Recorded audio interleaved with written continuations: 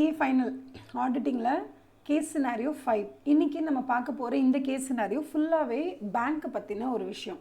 So bank audit அப்படின்ன உடனே நீங்கள் வந்து ஐயோ நான் பேங்க் ஆடிட் இது படிக்கலையா அது படிக்கலையான்னு பேனிக் ஆகாதீங்க.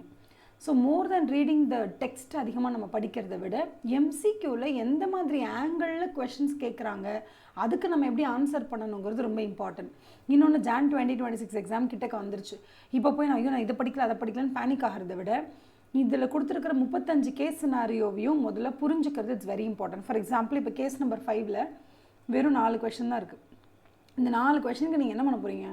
4 or 5 கொஷின்ஸ் இருக்குன்னா இந்த 4 கொஷின்ஸ் ஆர் 5 கொஷின்ஸ் எந்த பாயிண்ட்டை வச்சு அவங்க வந்து கேட்டிருக்காங்க, எந்த கான்செப்டை டச் பண்ணி அந்த கொஷனை கேட்டிருக்காங்க, அந்த 4 கான்செப்டை படிங்க ஃபர்ஸ்ட் ஆஃப் ஆல். ஏன்னா பேங்க் ஆடிட்னு எடுத்துக்கிட்டிங்கன்னா அதற்கு ஒரு 50 பக்கத்துக்கோ இல்லை 100 பக்கத்துக்கோ இருக்கும். ஸோ 100 பக்கத்தையும் படித்தா தான் இந்த 4 பாயிண்ட் நம்ம ஞாபகம் வச்சுக்கணும்னு அவசியம் இல்லை. சில நேரத்தில் நம்ம 100 பேஜ் படித்தவங்க கிட்ட போய் இதே கேள்வி கேட்டிங்கன்னா ஐயோ நான் நிறைய படித்தானே எக்ஸாக்டாக இந்த இடம் எப்படின்றது எனக்கு தெரியலேன்னு சொல்லுவாங்க. ஏன்னா இந்த கிராண்ட் ஆஃப் திங்ஸ்ன்னு நம்ம சொல்லுவோம். நிறைய விஷயங்களை படிக்கும் போது நிறைய விஷயங்கள் தெரியும். பட் ஒரு பர்டிகுலராக ஒரு ஏரியாவை டச் பண்ணி இதுக்கு என்ன பண்ணணும் அப்படின்னு கேட்கும்போது அப்படி ஸ்டாமர் ஆகிடுவாங்க. அதனால இக்கரைக்கு அக்கறை பச்சை மாதிரி தான். நான் எல்லாமே படித்தேன் மேம், ஆனால் கொஷின் பேப்பரை பார்த்தா தெரியலன்னு சொன்னவங்களும் இருக்காங்க. ஐயோ நான் எதுவுமே படிக்கல மேம், ஆனால் கொஷின் பேப்பரை பார்த்தா ஏதோ தெரிஞ்சதை டிக் பண்ணேன் 4ல் 2 கரெக்டாக ஆகிடுச்சு அப்படின்னு சொல்கிறவங்களும் இருக்காங்க. ஸோ அந்த எக்ஸாமுக்கு டைம் நெருங்க நான் இதை பண்ணியிருக்கலாம் அதை பண்ணியிருக்கலாம் அந்த மாதிரி யோசிக்கிறத விட்டுட்டு இப்போத்துலேருந்து இருக்கக்கூடிய அந்த 30-40 டேஸை நம்ம என்ன யூட்டிலைஸ் பண்ணணும் அப்படிங்கிறத பற்றி மட்டும் யோசிங்க. மறுபடியும் நீங்கள் 6 மாதம் பேக் சைட் போனாலும் திருப்பி இதே தான் பண்ணுவீங்க. Okay, it's like human nature, you can't change a thing. But இப்போதுல நீங்கள் என்ன பண்ணுறீங்க, அதாவது கம்மி டைம் ஸ்பெண்ட் பண்ணி நிறைய மார்க்ஸ் எடுக்கணும், அதான் புத்திசாலித்தனம் இல்லையா? அதனால இன்னைக்கு கேஸ் நம்பர் 5ல் நம்ம பேங்க் ஆடிட்லேருந்து எந்த மாதிரி கொஷின்ஸ் கேட்பாங்க நம்ம ட்ரை பண்ணலாம். சரியா? ஸோ நான் கொஷின் படிக்கிறேன், என் கூட சேர்த்து கவனிச்சுட்டு வாங்க. The Kranti Bank Limited was having 150 branches all over India by the year ending 31st March 2024. 10 branches of the bank were already covered for concurrent audit and the bank's audit committee decided to include below mentioned branches for concurrent audit from the year 2023 and 2024. See, இந்த first பேராகிராஃபில் நான் ஒரு சில விஷயங்களும் உங்களுக்கு சொல்லணும்னு நினைக்கிறேன். ஏன்னா அவங்க என்ன சொல்கிறாங்கன்னா கிரந்தி லிமிடெட், அதாவது Kranthi bank limited, which means it's a banking company, அதாவது நேஷனலைஸ்டு பேங்க்லாம் இல்லை, வந்து it's a banking company. Okay, மொத்தம் 150 பிரான்ச் இருக்குது. ஆல்ரெடி அவங்களோட ஆடிட் கமிட்டி வந்து ஒரு 10 பிரான்ச் மட்டும் தான் கன்கரண்ட் ஆடிட்க்கு சூஸ் பண்ணியிருக்காங்க. ஸோ இதில் ஒரு இம்பார்ட்டண்ட்டான விஷயம் என்ன தெரியுமா? ஃபார் எக்ஸாம்பிள் இப்போ SBIலாம் இருக்காங்க, 22,000 பிரான்ச் இருக்குன்னு வச்சுக்கோங்களேன். அந்த 22,000 பிரான்ச்சுக்கும் கன்கரண்ட் ஆடிட் கம்பல்சரி அப்படின்னு கேட்டால் கம்பல்சரிலாம் கிடையாது. ஆன் த ஹோல் ஒரு மோர் தென் 50% அண்ட் மோர் தென் அட்வான்சஸ் எவ்வளோ கொடுக்குறாங்களோ அதில் ஒரு 50% கவர் ஆகிருக்கணும். அதே மாதிரி அவங்க வாங்கின டெபாசிட்ஸில் ஒரு 50% கிட்டத்தட்ட கவர் ஆகிற மாதிரி இருந்தாலே போதும். ஆன் த ஹோலாக ஸ்டாச்சுரி ஆடிட்டு, இன்டர்னல் ஆடிட்டு, இந்த கன்கரண்ட் ஆடிட் எல்லாமே சேர்த்து. அதனால் இருக்கக்கூடிய மொத்த ஒரு 22,000 பிரான்ச்சையும் SBI வந்து கன்கரண்ட் ஆடிட் பண்ணதான்னு கேட்டால் கிடையாது. ஆவரேஜாக ஒரு 2,000 இல்லை 2,200 அந்த மாதிரி தான் அவங்க பண்ணுறாங்க. ஸோ இப்போ SBIயோட ஸ்டாண்டர்ட்லாம் வச்சு பார்த்தீங்கன்னா டோட்டல் நம்பர் ஆஃப் பிரான்ச்சஸில் ஒரு 10% தான் அவங்க சூஸ் பண்ணி கன்கரண்ட்டுக்கே சூஸ் பண்ணுறாங்க. இந்த 10% ஆஃப் த பிரான்ச்சஸை எந்த பிரான்ச்சஸாக பார்த்து சூஸ் பண்ணுவாங்க அப்படின்னு கேட்டிங்கன்னா, எங்கெல்லாம் ஹை ரிஸ்க் ஏரியா இருக்கோ, எங்கே ட்ரெஷரி ஆப்ரேஷன்ஸ் இருக்கோ, எங்கே அதிக டெபாசிட்ஸ் இருக்கோ, இல்லை எங்கே அதிக அட்வான்சஸ் இருக்கோ, இல்லை எதெல்லாம் ஹை ரிஸ்க் ஏரியாவோ அந்த மாதிரி ஏரியாஸை சூஸ் பண்ணி தான் அவங்க வந்து கன்கரண்ட் ஆடிட்டை பர்ஃபார்ம் பண்ணுறாங்க. சரியா? அதனால் ஃபஸ்ட்டு உங்களுக்கு இருக்க வேண்டிய கருத்து தெளிவு என்ன அப்படின்னா, ஒரு பிரான்ச் இருந்தால் அந்த பிரான்ச்சுக்கு உடனே கன்கரண்ட் ஆடிட் இருக்கணும்னு அவசியம் இல்லை.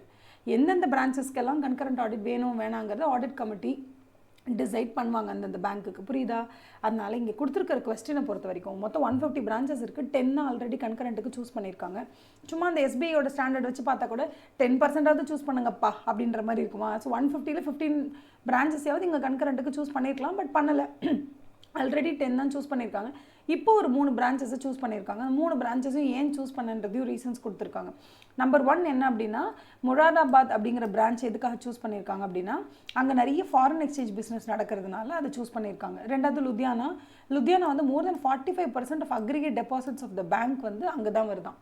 45% whose aggregate deposits were more than 45% of the aggregate deposits of the bank. நிறைய bank deposits, majority of the bank deposits வந்து ஆர் ரிசீவ்ட் பை லுதியானா பிரான்ச்ன்றதுனால அதுக்கும் அவங்க வந்து கன்கரண்ட் ஆடிட் வந்து பண்ணுறதுக்கு அப்ரூவல் கொடுத்துருக்காங்க. மூணாவது மும்பை பிரான்ச்சில் நிறைய ட்ரெஷரி ஃபங்க்ஷன்ஸ் பண்ணுறாங்க. That is investments, inter bank borrowings, bill discounting, இது நிறைய பண்ணுறாங்க. உங்களுக்கு ட்ரெஷரி ஆப்ரேஷன்ஸ்னால் என்னென்னு தெரியணும்னா AFM ஃபேக்கல்ட்டியை பிடிச்சி தெரிஞ்சுக்கோங்க. ஓகேவா? ஸோ பேசிக்காக இப்போ சப்போஸ் மேம் எனக்கு அதெல்லாம் தெரியாது மேம், நீங்கள் ஆடிட் எப்படின்னு மட்டும் சொல்லிக் கொடுங்க அப்படின்னா, ஆடிட்டை பொறுத்த வரைக்கும் treasury function is very important function, ஓகேவா? ஸோ ஒரு பேங்க் வந்து அவங்ககிட்ட இருக்கக்கூடிய பணத்தை எப்படி அவங்க கையாளுறாங்க அப்படிங்கிற மாதிரி ஒரு விஷயம், சரியா? ஸோ கிட்டத்தட்ட ஒரு ஃபினான்ஸ் மாதிரி, பட் அது ட்ரெஷரின்னு சொல்லுவோம். ஸோ அந்த ட்ரெஷரி ஆப்ரேஷன்ஸ் நிறைய வந்து மும்பை பிரான்ச் டீல் பண்ணுறதுனால அதை வந்து கன்கரண்ட் ஆடிட்க்கு உட்படுத்தலாம்னு டிசைட் பண்ணியிருக்காங்க. பட் இதை பேஸ் பண்ணி பேக் சைடில் எந்த ஒரு கொஸ்டினும் வரல, அதனால் நீங்கள் வந்து பேனிக் ஆகாதீங்க. சப்போஸ் எக்ஸாமில் இந்த மாதிரி ஒரு பேராகிராஃபை கொடுத்துட்டு இந்த 3 பிரான்ச்சஸையும் நம்ம வந்து கன்கரண்ட் ஆடிட்க்கு சூஸ் பண்ணியிருக்காங்களே, கரெக்டாக தப்பான்னு கேட்டால் கரெக்டுன்னு சொல்லுங்கள். ஏன்னா இது ட்ரெஷரி ஆப்ரேஷன்ஸ், இது மோர் தென் 45% டெபாசிட்ஸை கவர் பண்ணியிருக்கு. இது ஒரு ஹை ரிஸ்க் ஏரியா, ஏன்னா இது வந்து ஃபாரின் எக்ஸ்சேஞ்ச் பிஸ்னஸ். அதனால் இது 3த்தையும் உங்கள் கன்கரண்ட் ஆடிட் சூஸ் பண்ணது கரெக்டு தான். பிகாஸ் ஆல்ரெடி 10 தான் கவர் பண்ணியிருக்காங்க, விச் இஸ் நாட் அடிக்குவேட். அதனால இது சூஸ் பண்ணது கரெக்டு தான் அப்படின்னு பதில் சொல்லிட்டு போயிட்டே இருங்க. புரியுதா? இப்போ ஒரு கான்செப்ட் படிச்சிட்டிங்களா? Second concept, Mishti and associate chartered accountants were appointed as the stock auditors, ஓகேவா, பை த பேங்கோட audit committee for 10 branches for the year 23-24. Bank management என்ன பண்ணியிருக்காங்கன்னா, they also appointed and fixed the remuneration of Mishti chartered accountants as a statutory auditors also for the same year. ஒரே வருஷத்துக்கு உங்களை வந்து statutory ஆடிட்டராகவும் appoint பண்ணுறாங்க, stock ஆடிட்டராகவும் appoint பண்ணுறாங்கன்னா accept பண்ணிக்காதீங்க. Because அது சேம் கான்செப்ட் தான். ஒரு கம்பெனிக்கு நீங்கள் ஸ்டாச்சுட்டரி ஆடிட்டராகவும் வந்து இன்டர்னல் ஆடிட்டராகவும் இருக்க முடியுமா? முடியாது. ஒரு கம்பெனிக்கு வந்து நீங்கள் ஸ்டாச்சுட்டரி ஆடிட்டராகவும் இருந்து கன்கரண்ட் ஆடிட்டராகவும் இருக்க முடியுமானா இருக்க முடியாது. அதாவது இன்டர்னல் ஆடிட்டும் கன்கரண்ட் ஆடிட் கிட்டத்தட்ட ஒரே மாதிரி கான்செப்ட் தான்.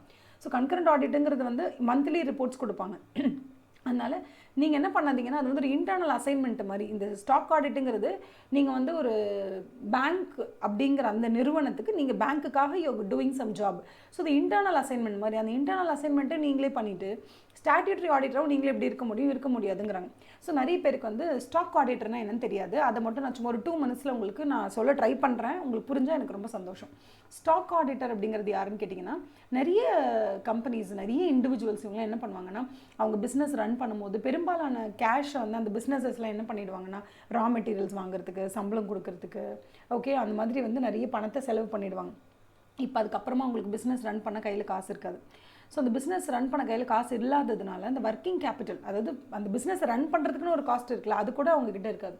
ஸோ அவங்க என்ன பண்ணுவாங்கன்னா, நேராக பேங்க் கிட்ட போய்டுவாங்க. பேங்க் கிட்ட போய்ட்டு, சார் இங்கே பாருங்கள், இந்த மாதிரி 3 crores இருந்துச்சு, அந்த 3 கோடியை வச்சு நான் இவ்வளோ ரா மெட்டீரியல் வாங்கினேன், அதை வச்சு இவ்வளோ ஒர்க் இன் ப்ராக்ரஸாக பண்ணேன், அதுக்கப்புறம் அது ஃபினிஷ்டு குட்ஸும் ஆகிடுச்சு. இந்த ஃபினிஷ்டு குட்ஸ் வந்து ஒரு 100 ரெடி பண்ண அதில் ஒரு 70 விற்றுட்டேன் சார், அது எல்லாமே வந்து கிரெடிட்டுக்கு விற்றுருக்கேன், அவங்க வந்து எனக்கு வந்து ஒரு 60 நாள் கழிச்சு தருவாங்க. ஸோ இப்போதைக்கு என்கிட்ட இருக்கிறது என்னென்னு பார்த்தீங்கன்னா, raw materials, work in progress, finished goods, debtors, இவ்வளோ தான் சார் என்கிட்ட இருக்காங்க, மற்ற எதுக்குமே என்கிட்ட கேஷ் இல்லை. ஸோ இவங்களே நீங்கள் ஹைப்போத்திகேட் பண்ணிவிட்டு, அதாவது இவங்களோட மதிப்பு வந்து கிட்டத்தட்ட 3.5 கோடி இருக்கும் சார், என்னோட 3.5 கோடி ரூபாய் பணம் வந்து ரா மெட்டீரியலாகவும், ஒர்க் இன் ப்ராக்ரஸாகவும், ஃபினிஷ்டு கூட்ஸ் ஆகவும், ப்ளஸ் சண்டரி டெட்டார்ஸ் ஆகவும் முடக்கப்பட்டுள்ளது, எனக்கிட்ட இப்போ பணம் இல்லை. நீங்கள் இவங்களை வந்து ஹைப்போத்திகேட் பண்ணி, இவங்களை வந்து பேஸாக வச்சு எனக்கு ஒரு 2 கோடி பணம் தர முடியுமா? நம்ம போய் பேங்க் கிட்ட கேட்போம். பேங்க் சொல்லுவாங்க வை நாட், நோ ப்ராப்ளம் சொல்லிட்டு ஒரு தடவை செக் பண்ணுவாங்க. நம்மளோட குடவுனுக்கு வந்துட்டு நம்மளோட எல்லா இன்வென்ட்ரியும் செக் பண்ணிவிட்டு எல்லாம் ஓகேவா ஃபைனான்னு பார்த்துட்டு, அதுக்கப்புறம் நம்ம யாருக்கெல்லாம் பொருள் விற்றுட்டு சண்டரி டெட்டார்ஸோட கணக்கு காமிச்சவும், அந்த கணக்கு, அந்த டெட்டார் லிஸ்ட்டில் ஒரு 70 பேர் இருக்காங்கன்னா, அந்த 70 பேருக்கும் ஒரு தடவை செக் பண்ணிவிட்டு அதெல்லாம் 70 பேரும் ஜெனுவனான கஸ்டமர் தானான்னு பார்த்துட்டு, அப்போ நமக்கு 2 கோடி ரூபா ஒர்க்கிங் கேபிட்டல் லோன் லான்ச் பண்ணுவாங்க, கொடுப்பாங்க. இது கொடுக்கும்போது எவ்ரி குவார்ட்டர், அதாவது ஒரு பேங்க்கை பொறுத்த வரைக்கும் அவங்க 2 கோடி ரூபா ஒரு பிஸ்னஸ்க்கு லோன் கொடுத்துருக்காங்கன்னா, எதை ஹைப்பாத்திகேட் பண்ணி கொடுத்துருக்காங்க, எதை பேஸாக வச்சு கொடுத்துருக்காங்க அப்படின்னா, இட் இஸ் பேஸ்ட் ஆன் அந்த sundry debtors, raw material, finished goods, இதெல்லாம் இன்வென்ட்ரி பேஸ் பண்ணி தானே கொடுத்துருக்காங்க. அப்போ அந்த பேங்க் என்ன பண்ணுவாங்கன்னா, they will appoint stock auditor. இந்த ஸ்டாக் ஆடிட்டரோட வேலை என்னென்னா, அவங்க அந்த கம்பெனிக்கு போயிட்டு அந்த கம்பெனியோட வேர் ஹவுஸில் இருக்கக்கூடிய இன்வென்ட்ரியினுடைய மதிப்பு, அந்த கம்பெனியினுடைய பேலன்ஸ் ஷீட்டில் எவ்வளோ இருக்கோ அதுதான் கரெக்டாக அந்த இடத்துல இருக்கான்றது கிராஸ் வெரிஃபை பண்ணிப்பாங்க. இன்னொன்று வந்து எவ்ரி குவார்ட்டருக்கு வந்து அந்த கம்பெனி என்ன பண்ணுவாங்கன்னா, பேங்க்குக்கு ஒரு ஸ்டாக் ரிப்போர்ட்னு சொல்லிட்டு சப்மிட் பண்ணுவாங்க. அந்த ஸ்டாக் ரிப்போர்ட்டில் வந்து ஸ்டாக்கோட வேல்யூ எவ்வளோ இருக்குது, சண்டரி டெட்டாரோட வேல்யூ எவ்வளோ இருக்குது அப்படின்னு சொல்லிட்டு எவ்ரி 3 monthsக்கு ஒரு தடவை அவங்க வந்து ஒரு ரிப்போர்ட் சப்மிட் பண்ணுவாங்க. அந்த ரிப்போர்ட்டில் அந்த கம்பெனி சப்மிட் பண்ணியிருக்கிற வேல்யூவும் அவங்களோட பேலன்ஸ் ஷீட்டில் இருக்கிற வேல்யூவும் கரெக்டாக இருக்கா, ப்ளஸ் ஒரு தடவை வந்து ஸ்டாக் எல்லாம் கரெக்டாக இருக்கான்னு செக் பண்ணிவிட்டு இந்த ஸ்டாக் ஆடிட்டர் சைன் பண்ணி கொடுப்பார்.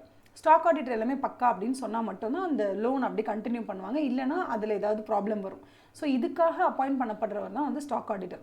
இப்போ நீங்கள் வந்து ஒரு கம்பெனிக்கு ஸ்டாக் ஆடிட்டராகவும் இருந்து ஸ்டாட்யூட்டரி ஆடிட்டராகவும் எப்படி இருக்க முடியும்? பிகாஸ் ஸ்டாக் ஆடிட்டராக இருக்கும்போது நீங்கள் பேங்க்குக்காக ஒரு கம்பெனி கிட்ட போயிட்டு ஃபுல்லாக எல்லாம் செக் பண்ணிவிட்டு ரிப்போர்ட் கொடுக்குறீங்க.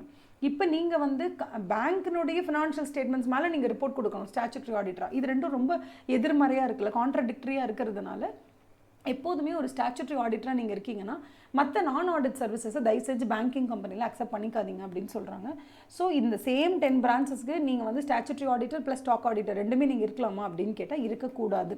இது ஏன் நான் உங்களுக்கு ரொம்ப ஸ்பெசிஃபிக்காக சொல்கிறேன் அப்படின்னா, நம்ம நார்மலாக கம்பெனி ஆடிட்டில் படிக்கும்போது நான் உங்களுக்கு சொல்லியிருக்கேன், ஒரு ஆடிட் வந்து ஸ்டாச்சுட்டரி ஆடிட்டராகவும் டேக்ஸ் ஆடிட்டராகவும் இருக்கலாம், ஒன்றும் பிரச்சனை இல்லை அப்படின்னு. அதனால அந்த மாதிரி இங்கே ஒரு டேக்ஸ் ஆடிட் மாதிரி ஸ்டாக் ஆடிட் ஏதோ ஒரு ஆடிட் போல் ஓகே போட்டு வைப்போம் அப்படின்னு எதாவது போட்டுட்டிங்கன்னு வச்சுக்கோங்களேன், ரொம்ப பங்கமாயிடும். அதனால ஸ்டாக் ஆடிட்டுன்றது வேறு. அங்கே வந்து ஸ்டாச்சுட்டரி ஆடிட் பர்ஃபார்ம் பண்ணுறவங்க அப்படி ஸ்டாக் ஆடிட் போய் பண்ணக்கூடாது. அது ஒரு இன்டர்னல் ஆடிட் அசைன்மெண்ட் மாதிரி. அதனால் அதை தயவு செய்து டோன்ட் சே ஐயோ பண்ணலாம் அப்படின்னு சொல்லிடாதீங்க. It should not be done. சரியா? ரிசர்வ் பேங்க் ஆஃப் இந்தியா கைட்லைன்ஸே கொடுத்துருக்காங்க இந்த மாதிரிலாம் பண்ணக்கூடாது அப்படின்னு. Last paragraph. At the Kerala branch of the bank there high value cash deposits. அதான் கேரளாவில் நிறைய என்ஆர்ஐலாம் இருப்பாங்கள்ல, ஸோ அவங்க என்ன பண்ணுறாங்கன்னா ஒரே நாளில் நிறைய கேஷ் டெபாசிட்ஸ் வந்து கேரளா பிரான்ச்சுக்கு நிறைய வந்துருச்சு. உங்கள் ஃபார்ம் தான் என்ன பண்ணியிருக்காங்க, கன்கரண்ட் ஆடிட்டர்ஸை அப்பாயிண்ட் பண்ணியிருக்காங்க. ஸோ கன்கரண்ட் ஆடிட்டர்ஸை பொறுத்த வரைக்கும் அவங்க என்ன பண்ணுவாங்க, வருஷம் ஃபுல்லாக நடக்கக்கூடிய எல்லா டிரான்சாக்ஷன்ஸையும் உற்று நோக்கி கிட்டக்க இருந்து கவனிப்பாங்க. எவ்ரி மந்த் ஒரு மந்த்லி ரிப்போர்ட்டோ இல்லை குவார்ட்டர்லி ரிப்போர்ட்டோ கொடுப்பாங்க.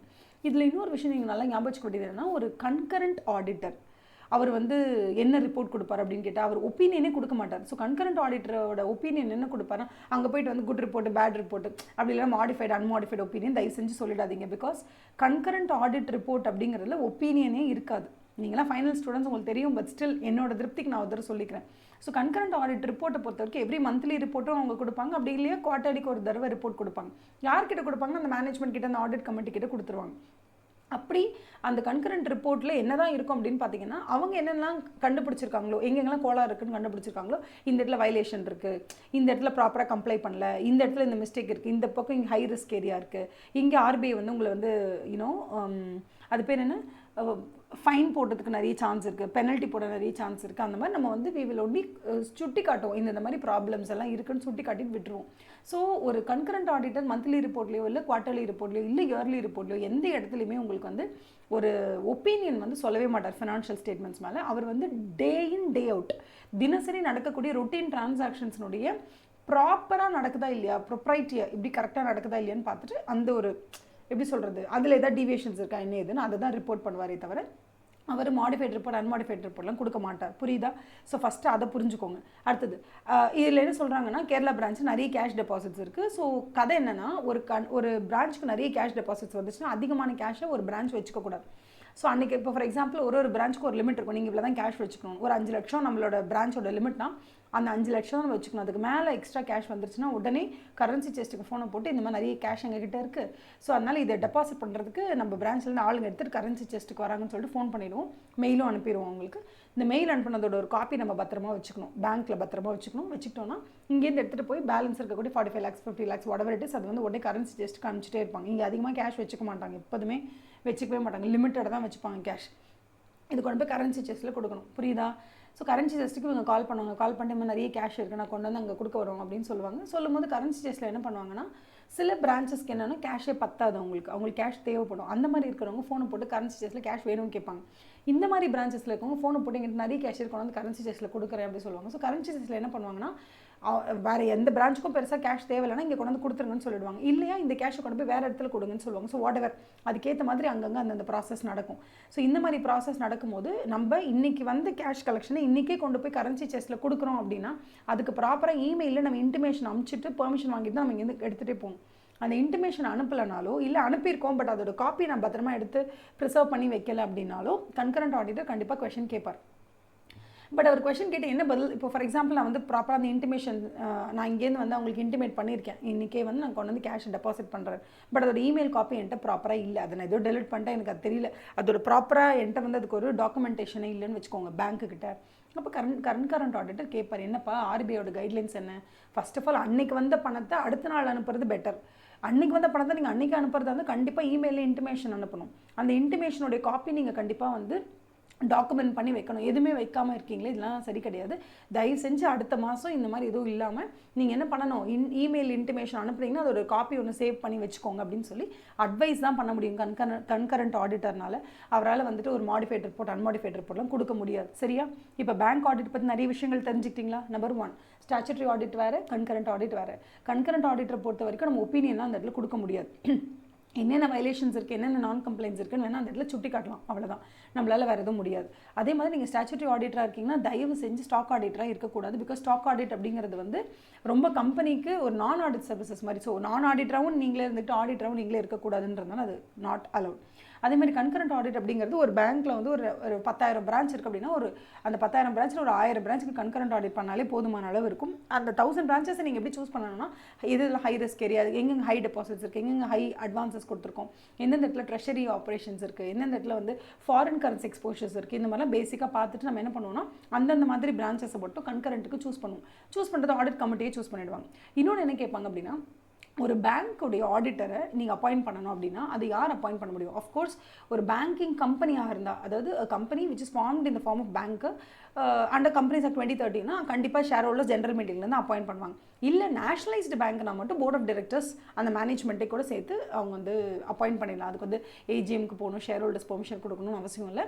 நேஷனலைஸ்டு பேங்க்னா அப்படியே அந்த போர்ட் மெம்பர்ஸே வந்து ஆடிட்டர்ஸ் அப்பாயிண்ட் பண்ணிடலாம், ஸ்டாச்சுட்டரி ஆடிட்டர்ஸே. கன்கரண்ட் ஆடிட்டர்ஸ் அந்தந்த ஆடிட் கமிட்டி கூட அப்பாயிண்ட் பண்ணிக்கலாம், ஒன்றும் பிரச்சனை இல்லை. புரியுதா? இது வரைக்கும் இருக்கிற பாயிண்ட்ஸை மட்டும் ஒரு தடவை சம்மரைஸ் பண்ணி புரிஞ்சுக்கிட்டிங்கன்னா இதுக்கப்புறம் கொஷின்ஸ் நம்ம பார்க்கும்போது நமக்கு ரொம்ப ஈஸியாக இருக்கும் ஆன்சர் சொல்கிறது. Question number 1. Mishti and Associates Chartered Accountants were already appointed for stock audit by the audit committee for 10 branches. So whether Mishti Associates Chartered Accountants are authorized to accept the appointment as statutory auditors in the same 10 branches? See, first of all, வந்து அவங்க concurrent auditors are, that is what do they say, statutory auditors இருக்கிற அதே இடத்துல stock ஆடிட்டராக இருக்கக்கூடாது. ஓகேவா? Internal assignment எதுவும் சேர்த்து எடுக்கக்கூடாது. இதுதான் ரீசன் மெயினாக.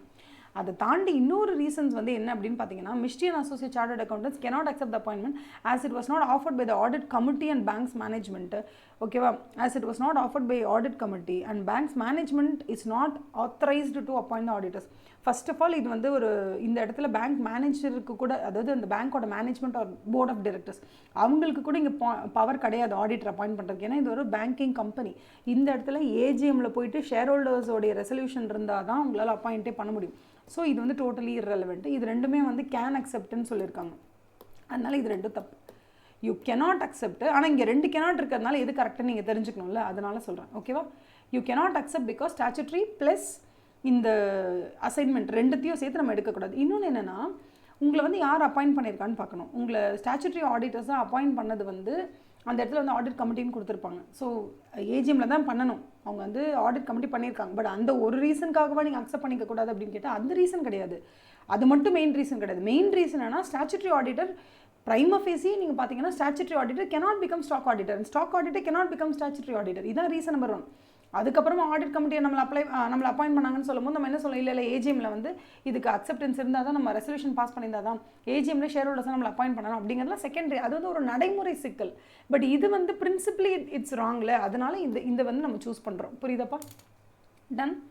ஸோ ஸ்டாக் ஆடிட்டரை ஸ்டாச்சுட்டரி ஆடிட்டர் அப்பாயிண்ட் பண்ணுறது இன் பிரின்சிபல் அது ஒரு தவறான விஷயம். அது செய்யவே கூடாது. ரெண்டாவது வந்து உங்களை யார் அப்பாயிண்ட் பண்ணியிருக்காங்க, ஒரு பேங்கிங் கம்பெனி அப்படின்னு நீங்கள் சொன்னீங்கன்னா உங்களை வந்து அப்பாயிண்ட் பண்ணக்கூடிய பவர் யாருக்கு இருக்குது அப்படின்னு கேட்டிங்கன்னா ஜென்ரல் ஷேர் ஹோல்டர்ஸ்க்கு இருக்குது. இப்போ இது ஒரு நேஷனலைஸ்டு பேங்க்னா யார் அப்பாயிண்ட் பண்ணலாம்? போர்ட் ஆஃப் டைரக்டர்ஸை கூட அப்பாயிண்ட் பண்ணலாம். அதெல்லாம் பிரச்சனையே கிடையாது. To you understand? அதனால் யார் அப்பாயிண்ட் பண்ணுறாங்கன்றது ஒரு சின்ன நடைமுறை ஒரு ப்ரோட்டோகால் தான். அதில் ஏதாவது முன்ன பின்ன எதாவது இருந்துச்சுன்னா கூட நம்ம சரி பண்ண வாய்ப்பு இருக்குது. பட் இது பிரின்சிபலாகவே இது தப்பு இல்லை, இது பண்ணவே கூடாது அப்படின்னு. அதனால தான் இங்கே சொல்கிறாங்க. ஓகேவா? மிஸ்டி அண்ட் அசோசியேட்ஸ்லேருந்து உங்களை அப்பாயிண்ட் பண்ணியிருக்காங்க அப்படின்னா அது நீங்கள் அக்செப்ட் பண்ணலாமா பண்ணக்கூடாதான்னு கேட்குறாங்க. Mishti and associate chartered accountants were appointed as a stock auditors of the bank by the bank audit committee for 10 branches. The bank's management appointed and fixed the remuneration of so and so. அதெல்லாம் இருக்குது. இது அப்பாயின்மெண்ட்டை accept பண்ணாமா கூடாதுன்னா பண்ணக்கூடாது. First main reason வந்து பிரின்சிபலி இது தப்பு. ரெண்டாவது வந்து நம்மளை அப்பாயிண்ட் பண்ண வேண்டியது ஷேர் ஹோல்டர்ஸ் அப்படின்னு. பட் இதில் இந்த cannot acceptன்னு சொல்லி இந்த டி பாயிண்ட் கொடுத்துருக்காங்க. அது ரொம்ப சொதப்பலாக கொடுத்துருக்காங்க. அதாவது it is not offered by audit committee but by the bank's management. அதனால் அப்பாயிண்ட் பண்ண, அதனால் அக்செப்ட் பண்ணக்கூடாதுன்னு சொல்கிறாங்க. அது தவறான ஒரு விஷயம். It is not offered by யார் டிசைட் பண்ணணும் ஹூ இஸ் தி ஆடிட்டர்? ஏஜிஎம்மில் ஷேர் ஹோல்டர்ஸ் டிசைட் பண்ணணும் பேங்கிங் கம்பெனிக்கு. It has been decided by audit committee அப்படின்ற ஆன்சர் கொடுத்துருந்தா கூட நமக்கு ஒரு டவுட் வரலாம், சிஆர்டிஎன். இப்போ இதில் கிளியராக தெரிஞ்சிச்சு, சி தான் ஆன்சர் அப்படின்னு. Next one. Number 2, whether the bank's management is authorized to appoint and fix the remuneration of a statutory auditors without consulting the audit committee of the board of directors or members in AGM. Select correct option from the following. அழகாக question கேட்டிருக்காங்க. பேங்க்கோட மேனேஜ்மெண்ட்டுக்கு அந்த ரெமுனரேஷனையும் அப்பாயின்மெண்ட்டும் பண்ணலாமா statutory audit? அது யார்கிட்ட consult பண்ணாமல்?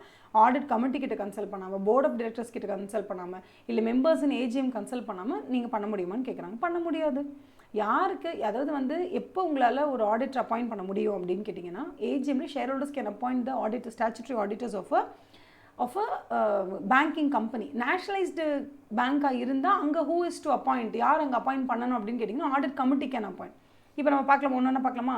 பேங்கோட management can appoint and fix the remuneration of statutory auditors only in consultation with audit committee of the board. இது option number 1. ரெண்டாவது என்ன சொல்கிறாங்க? Mishti and associate chartered accountants were already appointed for stock audit by the audit committee. Therefore only audit committee was authorized to appoint. ஐயோ அதெல்லாம் கிடையவே கிடையாது, ரொம்ப irrelevant-ஆக இருக்குது. Third one, Mystery and Associate Chartered Accountants were already appointed for stock audit by the audit committee. So, the bank or management is authorized to. இதுவும் கிடையாது. D பார்க்கலாமா? Bank's management cannot appoint or fix remuneration of the statutory auditors unless the same is passed by a resolution in the AGM of a bank. இதான் correct ஆன்சராக இருக்கணும். எதுக்கு ஒரு தடவை நம்ம check பண்ணிக்கலாம். 2Dயா அப்படின்னு பார்த்துக்கலாமா? 2D தான். ஏன்னா இதான மோர் அப்ராப்ரியேட்டாக இருக்குது, அதனால. சரியா? Do you understand? இந்த இடத்துல பேங்க்ஸ் மேனேஜ்மெண்ட் கேன் ஃபிக்ஸ்ன்னு போட்டிருக்காங்களா? இது எங்கன்னா நேஷனலைஸ்டு பேங்க்னு ஒருவேளை நம்ம அதை கன்சிடர் பண்ணால் உண்டு. ஓகேவா? நேஷ்னலைஸ்டு பேங்க்னா மட்டும்தான், இல்லைனா அதுவும் கிடையாது. ஸோ இந்த இடத்துல கிளியராக அவங்க கொடுத்துட்டாங்க கிரந்தி லிமிட்டெட்ன்றது பேங்கிங் கம்பெனின்னு. அதனால் it's very very clear that D is the option. Okay, next one. Third question. Which you have been asked by your senior to verify the high value cash deposits of the Kerala branch. Okay? What parameters or documents will you verify as the concurrent auditor of the branch? அந்த பிரான்ச்சில் அன்றைக்கே என்ன பண்ணியிருக்காங்க, எடுத்துகிட்டு போய் cash டெபாசிட்ஸை, high value cash deposits வந்திருக்கு. ஓகேவா? நீங்கள் ஒரு கன்கரண்ட் ஆடிட்டர் அந்த இடத்துல இருக்கீங்க அப்படின்னா அந்த ஹை வேல்யூ கேஷ் டெபாசிட்ஸை நீங்கள் எப்படி செக் பண்ணுவீங்கன்னு கேட்குறாங்க. நம்பர் 1, இதில் வந்து அவங்க போய் கரன்சி டெபாசிட்டுக்கு போகிறதையோ இல்லை கரன்சி செஸ்ட்டுக்கு எடுத்துகிட்டு போய் வைக்கிறத பற்றி அவங்க எதுவுமே கேட்கல. அவங்க கேட்குறது எல்லாமே ஹை வேல்யூ கேஷ் டெபாசிட்ஸ் உங்களுக்கு வந்துகிட்டே இருக்குது. அப்படின்னா அந்த பிரான்ச்சில் வந்து ஹை வேல்யூ கேஷ் டெபாசிட்ஸை நீங்கள் எப்படி, ஹவு வில் யூ, எப்படி நீங்கள் வந்து அதை செக் பண்ணுவீங்கன்னு தான் கேட்குறாங்க. ஓகேவா? இப்போ நீங்கள் எப்படி செக் பண்ணுவீங்க? அந்த number 1, concurrent auditor has to verify the details of cash remittance. Cash remittance பற்றி கேள்வி கேட்கவே இல்லையே உங்களுக்கு. அடுத்தது, you need to verify KYC documents of the customers and the reason for high value cash deposit in the account, like nature of business or sale. This seems to be correct. Waiting வச்சு பார்ப்போம். Verify the KYC documents of the account in which cash is deposited. Verify the reason for high value transactions in the account, nature of business. Verify the discrepancies found in the cash of the customers, if any, and ensure that the records of the currency chest எல்லாம் இப்போ தேவையில்லையா? அவங்க கேட்குறது ரொம்ப சிம்பிளாக அவங்க கேட்குறாங்க. High value cash deposits Kerala பேங்க்குக்கு வந்திருக்கு. நீங்கள் அது ஒரு கன்கரண்ட் ஆடிட்டராக அந்த ஹை வேல்யூ கேஷ் டெபாசிட்டை எப்படி ஆடிட் பண்ணுவீங்க தான் கேட்குறாங்க. கேஷ் ரெமிட்டன்ஸை பற்றி அவங்க கேட்கல எனக்கு தெரிஞ்சு. ஆக்சுவலி யூஸ்வலி வந்து நான் எதையும் படிச்சுட்டு கரெக்ட் ஆன்சர் மார்க் பண்ணிட்டு தான் உள்ளே வருவேன். இன்றைக்கி ஏதோ ஒரு ஃப்ளோவில் நான் வந்து டேரெக்டாக உள்ளே வந்துட்டேன். சரி, ஓகே.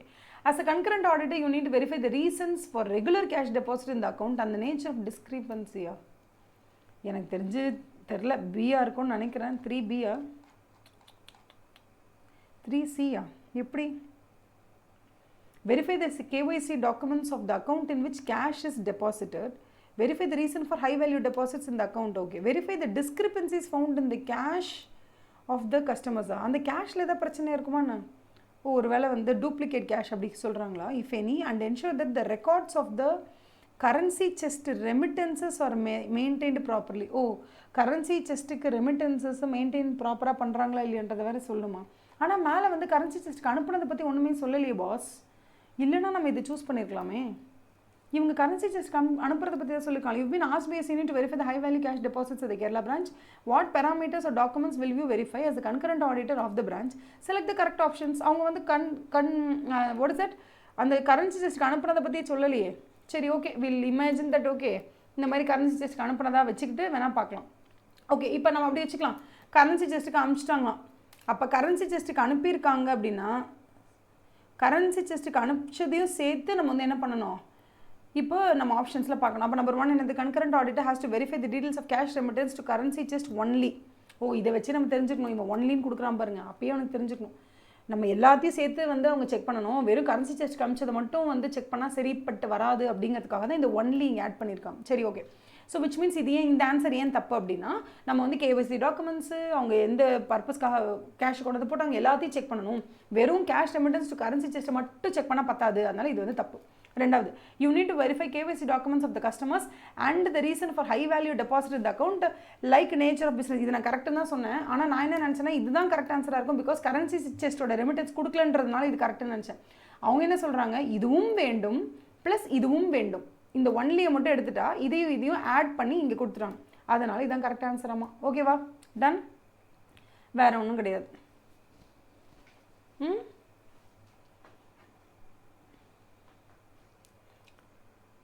இதில் வந்து ரெகுலர் கேஷ் டெபாசிட்லாம் நம்ம வந்து பார்க்கணும்னு அவசியம் இல்லை, ஹை வேல்யூ கேஷ் டெபாசிட் மட்டும் தான் பார்க்கணும். அதனால் இந்த ரெகுலர் கேஷ் டெபாசிட்ஸ்ன்ற வேர்டு வந்ததுனால இது தப்பு.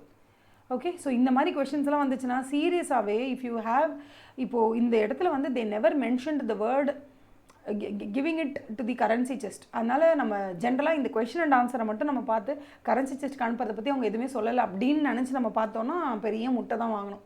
ஓகே, ஸோ நம்ம என்ன பண்ணலாம்னா இனிமேல் இந்த மாதிரி 4 ஆப்ஷன் கொடுத்துருக்கும் போது நிறைய கரன்சி செஸ்ட் 4 இதுலேயும் வந்திருக்கிறதுனால we might assume that questionல ஓகே இவங்க கரன்சி செஸ்ட்டை 4 வாட்டி கொடுத்துருக்காங்க, அதனால கரன்சி செஸ்ட்டை வந்து இவங்க கன்சிடர் பண்ணி தான் கொஷினை ஃப்ரேம் பண்ணியிருக்காங்கன்ற மாதிரி நினச்சிக்க வேண்டியதாண்டி, கொஞ்சம் கொஷினை ஒழுங்காக ஃப்ரேம் பண்ணுங்கடா சாமி அந்த மாதிரி.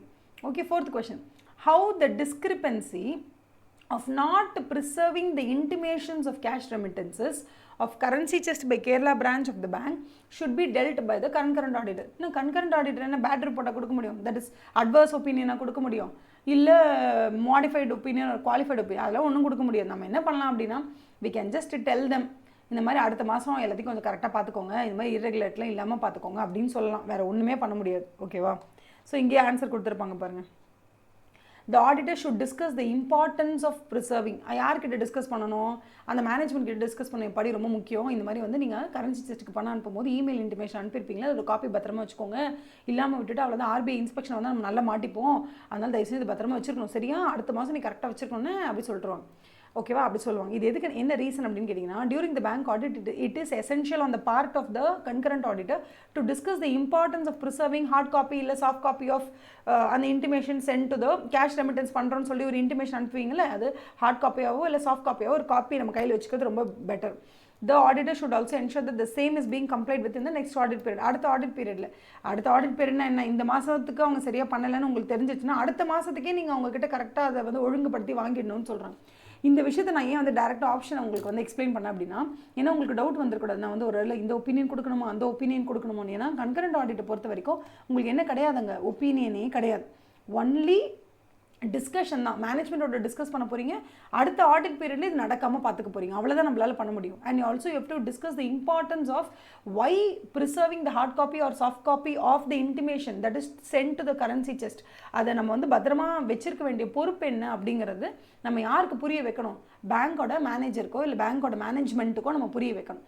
அது யாரோட பொறுப்பு அப்படின்னு கேட்டால் இட் இஸ் தி பொறுப்பு ஆஃப் த கன்கரண்ட் ஆடிட்டர்ஸ் அப்படி சொல்கிறாங்க. ஓகேவா, நெக்ஸ்ட் சினாரியோ கேஸ் சினாரியோ 6 அதை நான் உங்கள் கூட நெக்ஸ்ட் வீடியோவில் டிஸ்கஸ் பண்ணுறேன். Okay, until then it's bye from me KP.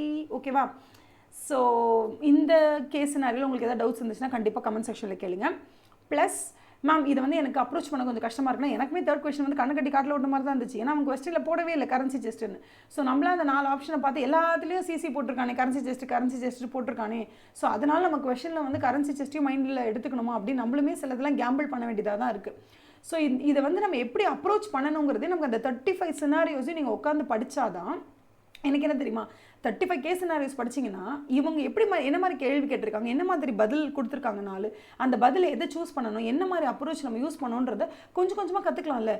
So பார்க்கறதுக்கு பயமாக இருக்குன்னு டெவில் கிட்ட போகாமல் இருந்தால் எப்படி, அந்த டெவில் கிட்ட போய் 35 ஸ்டெப் எடுத்து வச்சா டெவில் கிட்ட போயிடலான்னு வச்சுக்கோங்களேன், ஆர் அட்லீஸ்ட் க்ளோஸ் பை போயிடலான்னு வச்சுக்கோங்க. அப்போ நம்ம என்ன பண்ணணும், we are taking 5th step. அப்படியே 35 ஸ்டெப் எடுத்து வச்சு கிட்டக்கு போய்ட்டா ஓரளவுக்கு டெவலை பற்றி புரிஞ்சுக்கலாம். அப்புறம் அது எப்படி கேள்வி கேட்கும், எப்படி பதிலை ஃப்ரேம் பண்ணணும், அதில் நம்ம எப்படி அட்டென்ட் பண்ணணும், அதெல்லாம் will be able to know. ஏன்னா ஒரு ஸ்டேட்மெண்ட் ஒன்று இருக்கும் தெரியுமா, தெரியாத ஏஞ்சல் கூட வாழ்கிறத விட தெரிஞ்ச டெவில் கூட வாழ்ந்துடலாம் ஈஸியாக, because you know what it does அப்படிங்கிற மாதிரி.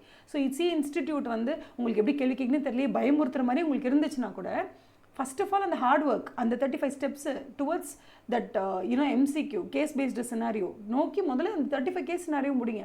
அதுக்கப்புறம் நான் வந்து உங்களுக்கு ஒவ்வொரு சாப்டர் பின்னாடி இருக்கிற கேஸ் சினாரியோவே நான் உங்களுக்கு டிஸ்கஸ் பண்ணுறேன். இதெல்லாம் நாங்கள் முடிச்சிட்டோன்னா கண்டிப்பாக MCQவில் தவறாமல் நீங்கள் மார்க் வாங்கிடலாம், அதுக்கு நான் guarantee. Okay, that is what we are expecting in the main exam. அதுக்கப்புறம் நம்ம இந்த 30 மார்க்ஸில் 20-25 மார்க்ஸை வாங்கிட்டோம்னா மிச்சம் எப்படியாவது நம்ம வந்து ஸ்கோர் பண்ணிடலாம் மற்றதுலேருந்து. ஓகேவா? So first we're just taking vigorous steps towards completing this 35 case based scenario from the booklet and from every chapter case based scenario case study மாதிரி கொடுத்துருப்பாங்களா அதையும் கவர் பண்ணணுன்றதான் என்னோட ஐடியா.